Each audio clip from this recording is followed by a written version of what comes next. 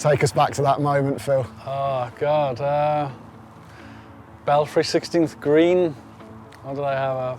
Maybe a 20-foot putt down the hill. And it went in. Who did you beat? I beat Phil Mickelson. It's one of those iconic moments in Ryder Cups that I think all fans know. Is it as big a moment for you as it feels like for everyone else? Yeah, do you know it is. I think we've been lucky probably in all the years since every couple of years when the Ryder Cup comes on, that moment comes on with my reaction. So it's always quite fresh, although it was so long ago. It's still, I see it quite a lot of times, still quite nice. How regularly do you think about that week and that moment? I mean, not massive. Do I? It's probably what I'm remembered for is why it always comes up probably. So I'm reminded a lot, and it's always a nice memory. So I think it's what I'll probably be remembered for. What did that week as a whole and representing Europe in the Ryder Cup mean to you? Really, really important, probably part of my career. I think really excited to make the Ryder Cup team. Then I probably didn't play very well for a while. After the qualifying, we had a year delay because of 9/11. So, I wanted to play and I wanted to play well. And I played terribly for probably 2 years, especially at the end of the qualifying and the year off. And I had to have a good week. The world's watching, especially how much bad form I was showing coming in. To actually get there and play well was, I think my career could have gone one way or the other. And luckily with a good week, I think I finished. Then I played the following year, finished 10th in the Ordre Merit and played great for another couple of seasons. I think a bad Ryder Cup could have really, as I'd said before, could have been the end of me, I think. How were you able to find that good stuff in the biggest week of the year when you hadn't quite had it before? Yeah, I don't know. I think I probably fretted so much, but by the time I got there, I'd stopped fretting. It's like I just stopped, which I really don't know. Just something happened as I got there. Maybe, I got to say, Sam Torrance was fantastic, our captain. The team were fantastic. I never once felt like I shouldn't be there. I felt a valid member of the team, and I'd say that probably the team atmosphere was a critical part of the week for everybody, but especially for me. Can you tell us a bit about Sam Torrance as a captain and what he brought to it? I think he probably did a few things. I'd say he entertained the wives, which was really important. They had a lot of things to do, a lot of facials, I don't know. They were going off to spa, they were doing all nice things. So the ladies were all in a good mood and out of the way. I'd say he did a really good job with the better team, the better players in our team, to make sure that they made the rest of the team feel comfortable. I'd say the likes of Monty, Sergio, Westwood, Clarkey were really good and really welcoming, especially as we practiced and prepared in the build-up, which I think brought a good bonding.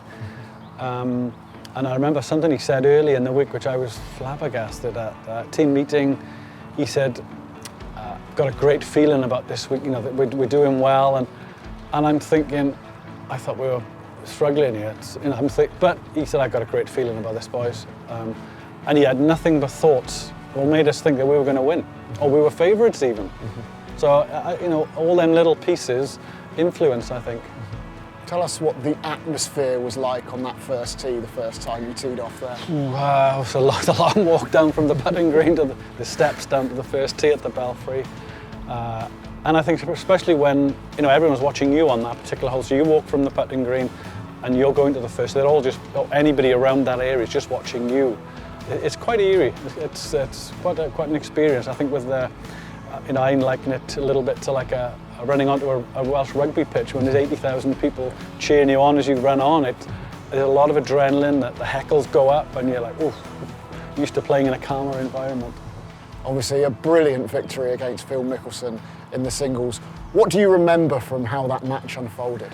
A little bit nervous at the start, very nervous at the start. We started, I think we may have halved a few holes.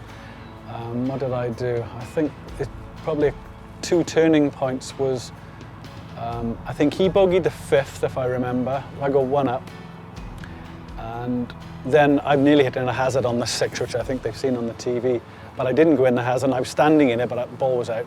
He hit one to about 2 feet, or less, I'd say. I hit one to 5 feet, miracle shot, down the steel of the shaft of the club, hit it about 5 foot, made the putt. And I made him putt the short one, which I really probably shouldn't have done, but he missed it. So I think we were either going to go back to even or 2 down, and then he 3 putts the next. And now I'm clinging on for dear life. And then I clinged on all day, and I think I shot 5 under par, didn't make a single bogey, and then in the end it was 16th green, 20 foot, end of the match. You did a lot more than cling on. You beat him, and that moment there was when it was confirmed. What was the emotion, and what can you see in yourself in that picture looking back now? Relief, relief, because I probably realised it was probably going to be a pivotal game. There's 12 singles matches, and mine was probably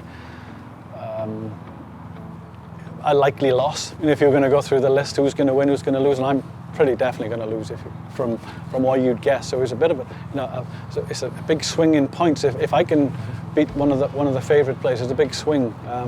So I thought if I can win, we've got an awfully good chance. And luckily I won. But it took a little while after for Paul McGinley to make that putt and to win the Ryder Cup.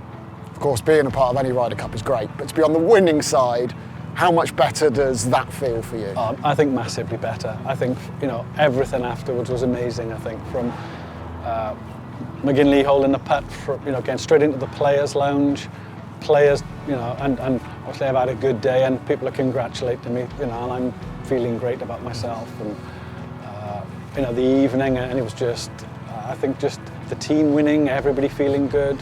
I've made a contribution. It's just an amazing thing, actually, and friends for life probably I've made during that week.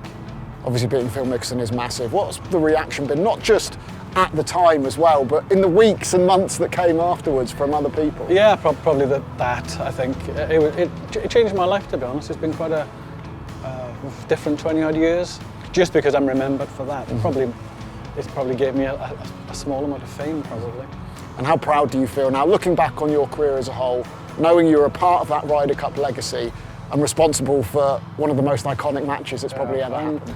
It's lovely to have added that. I've been a pretty decent player for a long time. I've had reasonable success, and it's a nice thing to have added. I've won tournaments. I played the Ryder Cup. I've done well in the Ryder Cup. Both teams won the Ryder Cup. It's nice to have added that to my career.